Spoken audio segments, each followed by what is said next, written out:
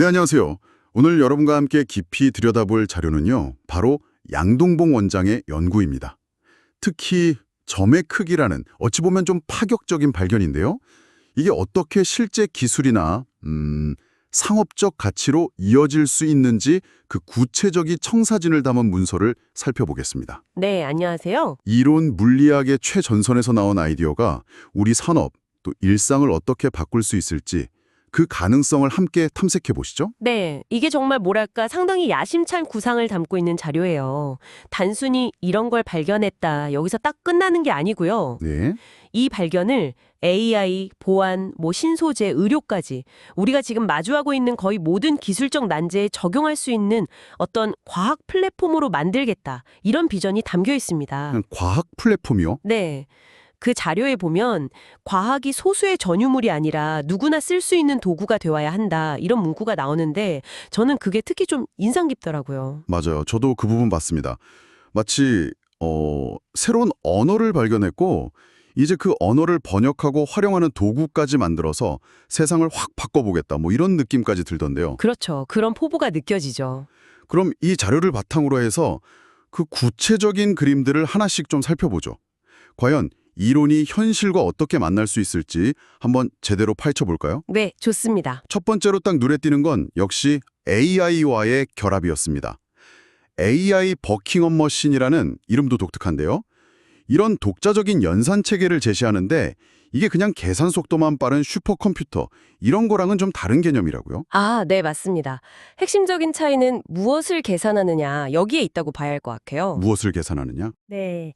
이 시스템은 자료에 따르면 그 18개 기본 입자의 질량값처럼 우주의 아주 근본적인 상수들 있잖아요. 이런 걸 정밀하게 계산하는 걸 넘어서서요, 아예 우주가 어떻게 작동하는지 그 원리, 그러니까 물리법칙 자체를 시뮬레이션하는 데 초점을 맞춥니다. 물리법칙 자체를요? 네. 예를 들어서 AI 아인슈타인 시뮬레이터 1.0 패키지, 이런 구상이 나오는데요. 이게 뭐냐면 아인슈타인도 풀지 못했던 그 통일장 이론이나 양자 중력 같은 아주 어려운 문제들 있잖아요. 네네. 이런 난제들을 이 점의 크기 이론, 이걸 OPS 이론이라고 부르는데, 이걸 바탕으로 AI가 스스로 학습하고 탐구하도록 설계되었다는 거예요. 와, 그러니까 AI한테 새로운 물리 교과서를 딱 주고 자, 네가 한번 스스로 공부해서 우주의 비밀을 풀어봐. 뭐 이렇게 시키는 거랑 비슷한 거네요?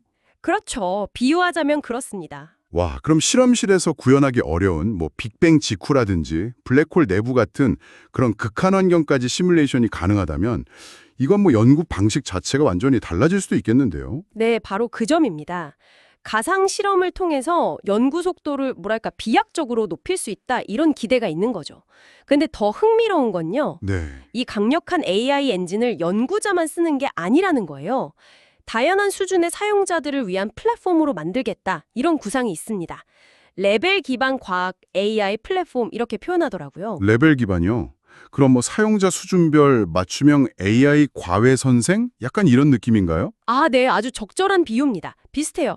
예를 들면 초등학생한테는 이 점, 그리고 입자의 개념을 귀여운 애니메이션으로 보여주면서 흥미를 유발하고요. 아하. 대학생 수준에서는 이 연구의 핵심 개념인 무차원수라는 게 있는데, 이 개념을 익히고 직접 계산도 해보는 그런 AI 튜터 역할을 하는 시기죠. 네.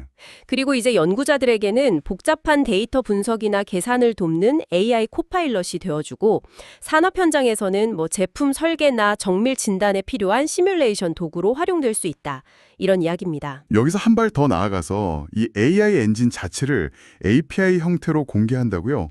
그래서 교육용 툴킷이나 소프트웨어처럼 상품화한다는 아이디어도 있네요. 네, 맞아요. 마치 코딩 교육처럼 과학의 기본 원리를 아이들이나 학생들이 직접 만지고 실험해 볼 수 있게 한다는 거군요. 이거 과학 지식의 장벽을 낮추려는 시도 이렇게 봐도 될까요? 네, 정확합니다.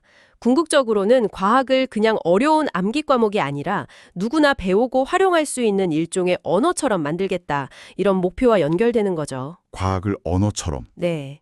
그리고 그 과정에서 AI가 그 언어를 배우고 사용하는데 아주 핵심적인 역할을 하는 거고요.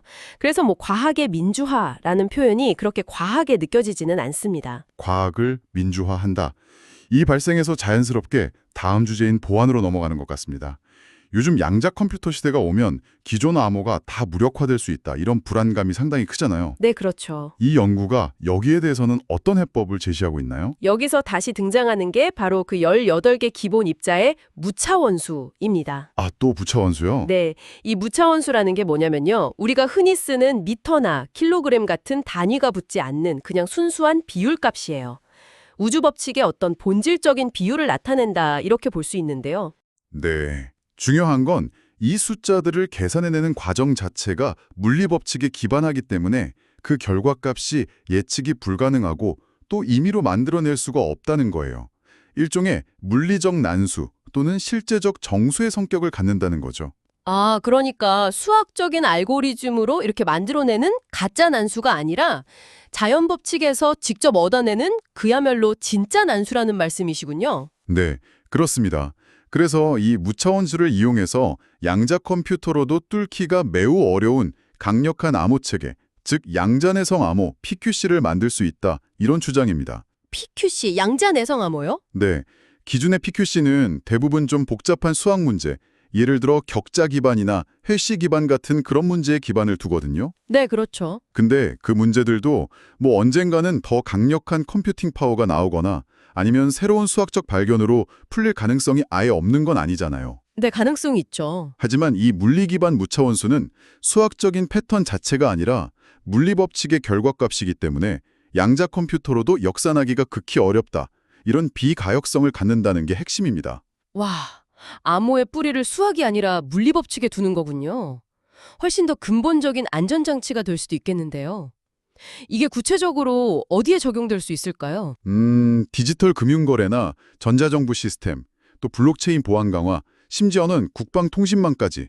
그러니까 강력한 보안이 필요한 거의 모든 영역에 적용될 수 있다고 보고 있습니다. 거의 모든 영역에요? 네. 더 나아가서는요, 이 물리 기반 난수가 단순히 암호키 생성에만 쓰이는 게 아니라 진짜 난수가 필요한 모든 곳에 활용될 수 있다는 거예요.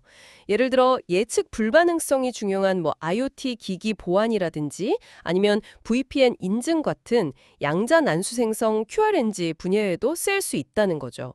듣고 보니 요즘 보안에서 많이 강조되는 제로 트러스트, 그러니까 아무도 믿지 않고 항상 검증한다는 개념과도 굉장히 잘 맞을 것 같은데요? 아, 정확히 보셨습니다.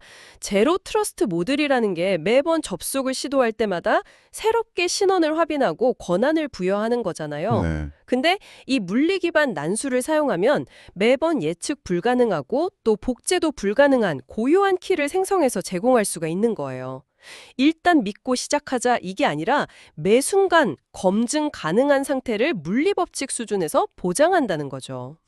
심지어 내부적 공격을 방어하는 데도 꽤 효과적일 수 있고요. 그리고 이 기술이 또 한국에서 시작되었다는 점에서 앞으로 암호 기술 표준 경쟁에서 우리가 주도권을 확보할 기회가 될 수도 있다. 이런 전망까지 나오네요. 이게 기술 주권 문제와도 직결되는 거군요. 네, 그렇습니다. 단순한 기술 개발을 넘어서는 거죠. 다가오는 양자 컴퓨팅 시대의 위협에 선제적으로 대응하고 또 미래 보안 시장의 판도를 바꿀 수도 있는 그런 전략적 가치를 지닌다고 평가하는 것 같습니다. 네. 독자적인 초고신뢰 보안 기술 확보는 국가 안보나 미래 산업 경쟁력에 있어서 핵심 기반이 될 수 있겠죠. 물론 이걸 위해서는 산학연의 긴밀한 협력이라든지 또 국제 표준화 노력 같은 것들이 당연히 필수적일 거고요. AI로 과학을 배우고 물리 법칙으로 디지털 세상을 지키고 이야기가 점점 더 근본적인 영역으로 파고드는 느낌입니다. 자, 다음은 물질 그 자체를 다루는 영역인데요. 바로 반도체, 양자 컴퓨팅, 그리고 신소재 분야입니다. 여기서 AI 버킹엄 머신은 또 어떤 역할을 하게 되나요? 자료에 보니까 물질의 미세 문법을 해독한다, 이런 표현이 있던데요. 아, 네. 이 세 분야는 사실 굉장히 밀접하게 연결되어 있습니다.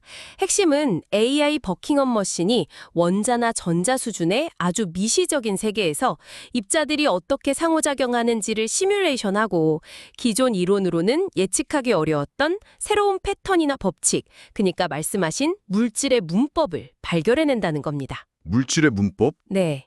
이걸 통해서 현재 기술이 부딪히고 있는 한계를 돌파하려는 시도라고 볼 수 있죠. 예를 들어서 반도체에서는 구체적으로 어떤 한계를 넘을 수 있다는 걸까요? 가장 큰 문제 중 하나가 바로 양자 터널링 현상입니다. 트랜지스터가 점점 더 작아지면서 전자가 원래는 통과할 수 없는 벽을 그냥 통과해버리는 현상이거든요. 네, 들어봤어요. 이게 누설 전류를 만들고 성능을 떨어뜨리는 주범이죠. AI는 원자와 전자의 3차원 시뮬레이션을 통해서 터널링이 정확히 어떤 조건에서 발생하는지를 계산하고 나아가서 터널링을 최소화할 수 있는 원자 배열 구조를 찾아내서 제한할 수 있다는 겁니다. 아, 수많은 시행착오를 거치지 않고도 최적의 설계를 미리 예측할 수 있게 되는 거죠. 그럼 양자 컴퓨터 분야의 가장 큰 난제 중 하나인 결마흠, 디코히어런스 문제 해결에도 기여할 수 있다고요? 큐비트의 양자 정보가 너무 쉽게 깨져버리는 문제 말이죠. 그렇습니다. 양자 컴퓨터가 제대로 작동하려면 큐비트의 양자 상태가 일정 시간 동안 안정적으로 유지가 되어야 하잖아요. 네, 그게 핵심이죠. 근데 주변 환경과의 아주 미세한 상호작용 때문에 이 상태가 금방 깨져버리는 게 문제입니다. AI는 이 복잡한 상호작용을 실시간으로 분석해서 큐비트의 불안정성을 유발하는 원인을 정확히 찾아내고요. 이걸 상쇄하는 신호를 보내거나 아예 불안정성에 덜 민감한 물질 구조를 설계하도록 돕는다. 이런 구상입니다. 아, 그러니까 문제가 생긴 뒤에 고치는 게 아니라 문제가 생길 만한 요인을 미리 예측하고 방지하는 그런 접근 방식이네요. 네, 맞습니다. 선제적인 대응이죠. 마치 질병의 원인을 찾아서 미리 예방하거나 치료법을 개발하는 것과도 좀 비슷하게 들립니다. 이런 접근 방식이 신소재 개발에는 또 어떻게 적용될 수 있을까요? 물질의 디지털 설계라는 표현이 아까 나왔었는데요. 네. 지금까지 신소재 개발이라는 게 사실 수많은 실험과 어떻게 보면 약간의 우연에 의존하는 측면이 컸습니다. 그렇죠. 네, 그렇죠. 시간과 비용이 많이 들죠. 그런데 AI 버킹엄 머신이 원자나 분자 단위의 상호작용을 분석해서 새로운 관계식이나 물리량을 발견한다면 마치 우리가 원하는 특성을 가진 물질의 설계 도면을 미리 그리는 것이 가능해진다는 의미입니다.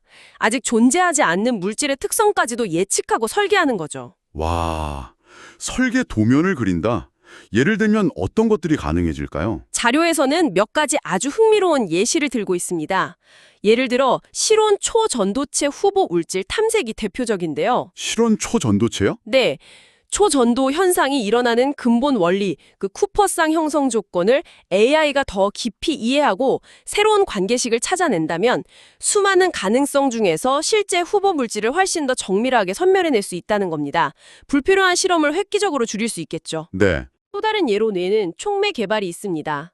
화학 반응 효율을 극대화하는 촉매 표련의 활성점 구조를 원자 단위에서 최적으로 설계해서 수소 생산이라든지 이산화탄소 포집 같은 친환경 기술의 효율을 획기적으로 높일 수 있다. 이런 기대를 하고 있습니다. 활성점 설계. 네.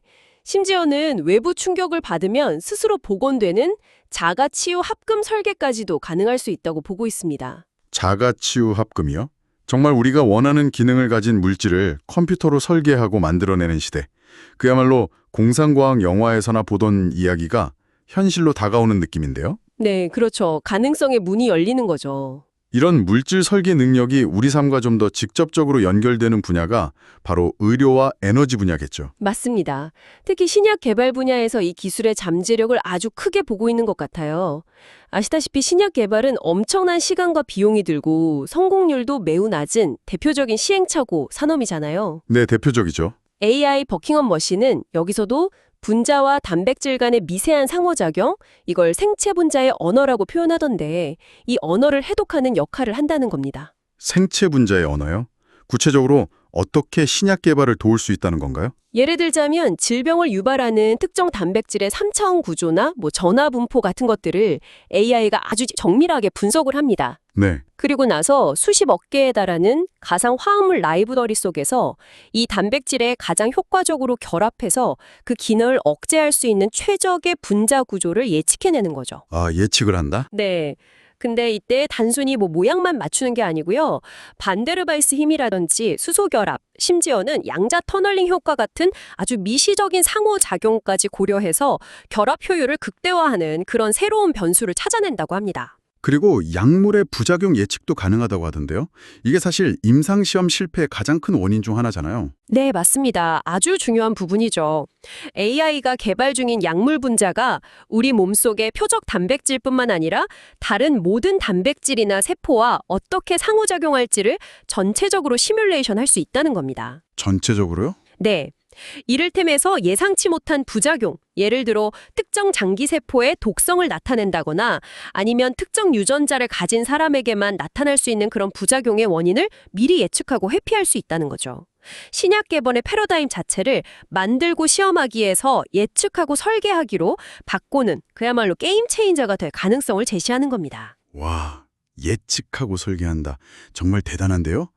그럼 에너지 문제 해결에도 비슷한 접근이 가능할까요? 아까 에너지 문보를 해독한다는 표현도 나왔었거든요. 그렇습니다. 에너지 생성이나 변환 과정 역시 근본적으로 보면 다 입자들의 상호작용이니까요. 같은 원리가 적용될 수 있습니다. 예를 들면요?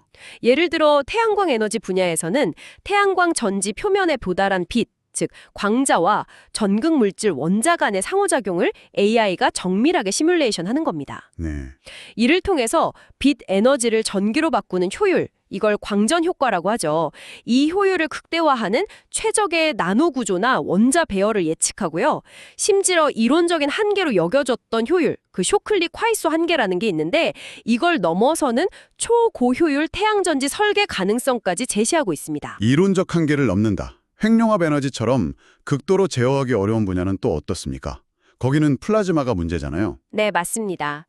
핵융합로 내부의 플라즈마는 정말 수십억 개의 입자가 예측 불가능하게 움직이는 극도로 불안정한 상태죠. 그렇죠. AI는 이 복잡한 상호작용을 실시간으로 분석하고 예측해서 플라즈마가 불안정해지는 결정적인 요인을 미리 찾아내거나 아니면 최적의 제어 방식, 예를 들어 자기장 형태를 어떻게 조절해야 하는지 등을 제안할 수 있다는 겁니다. 아, 핵융합로의 아주 오랜 난제인 플라즈마 안정성 확보에 중요한 돌파구를 마련할 수 있다는 기대가 있는 거죠.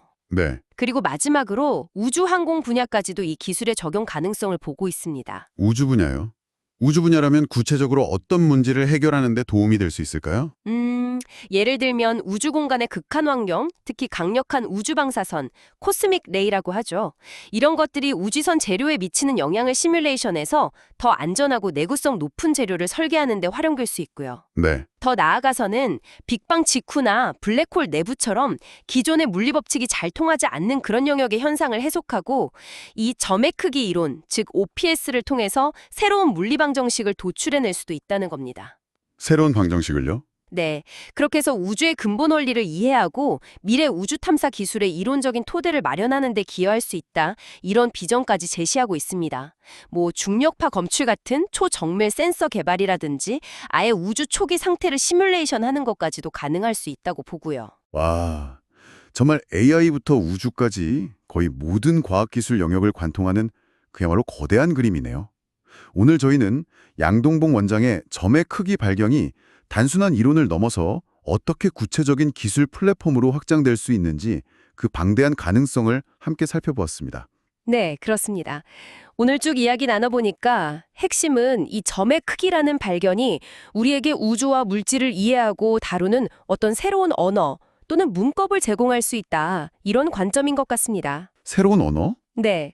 그리고 AI 버킹엄 머신은 그 새로운 언어를 해독하고 또 자유자재로 구사하는 강력한 도구가 되는 셈이고요. 이 자료 에필로그에서도 언급하듯이 과학의 역사를 보면 기존의 정설이 끊임없이 의심받고 또 뒤집혀온 과정이었잖아요. 모든 정설은 언젠가 틀린다는 말처럼요. 네, 맞습니다. 그런 의미에서 이 발견이 어떤 고정된 진리를 제시한다기보다는 세상을 설명하는 새로운 구조를 찾아가는 과정에 굉장히 중요한 시작점이 될 수 있다. 이런 시각이 참 인상 깊었습니다. 네. 특히 이 모든 구상이 바로 여기 한국에서 시작되었다는 점. 그래서 K-사이언스 선언을 통해서 우리가 단순히 기술 추격자를 넘어서 새로운 과학기술의 질서를 제시하는 국가로 나아갈 수 있다. 이런 비전은 정말 여러 번 곱씹어볼 만한 것 같습니다. 맞습니다. 과학이라는 것이 그냥 실험실에만 머무는 게 아니라 AI나 교육, 또 산업 현장과 직접 결합해서 우리 삶을 실질적으로 변화시키는 힘이 될 수 있다는 가능성을 보여주는 좋은 사례라고 할 수 있겠습니다. 네. 점이 0차원이 아니라 유한한 크기를 가진다는 어떻게 보면 참 단순해 보이는 이 가정의 변화가 어쩌면 과학의 언어 자체를 바꾸는 혁명적인 전환점이 될 수도 있다는 거죠. 네. 오늘 논의를 마무리하면서 여러분께 이런 질문을 한번 던져보고 싶습니다. 우리가 오랫동안 너무나 당연하게 여겨왔던 과학의 가장 기본적인 전제, 예를 들어 오늘 다룬 점에는 크기가 없다는 바로 그 가정이 만약 정말로 틀렸다면 우리가 알고 있는 이 세상은 과연 어떻게 달라 보일까요? 그리고 만약 그 변화가 어쩌면 바로 지금 여기에서 시작되고 있다면 우리 각자에게는 또 어떤 의미가 있을까요? 이 질문에 대한 답을 스스로 한번 탐색해 보시는 시간 가져보시면 어떨까 합니다. 오늘 깊이 있는 탐구는 여기서 마치겠습니다. 감사합니다. 네, 감사합니다.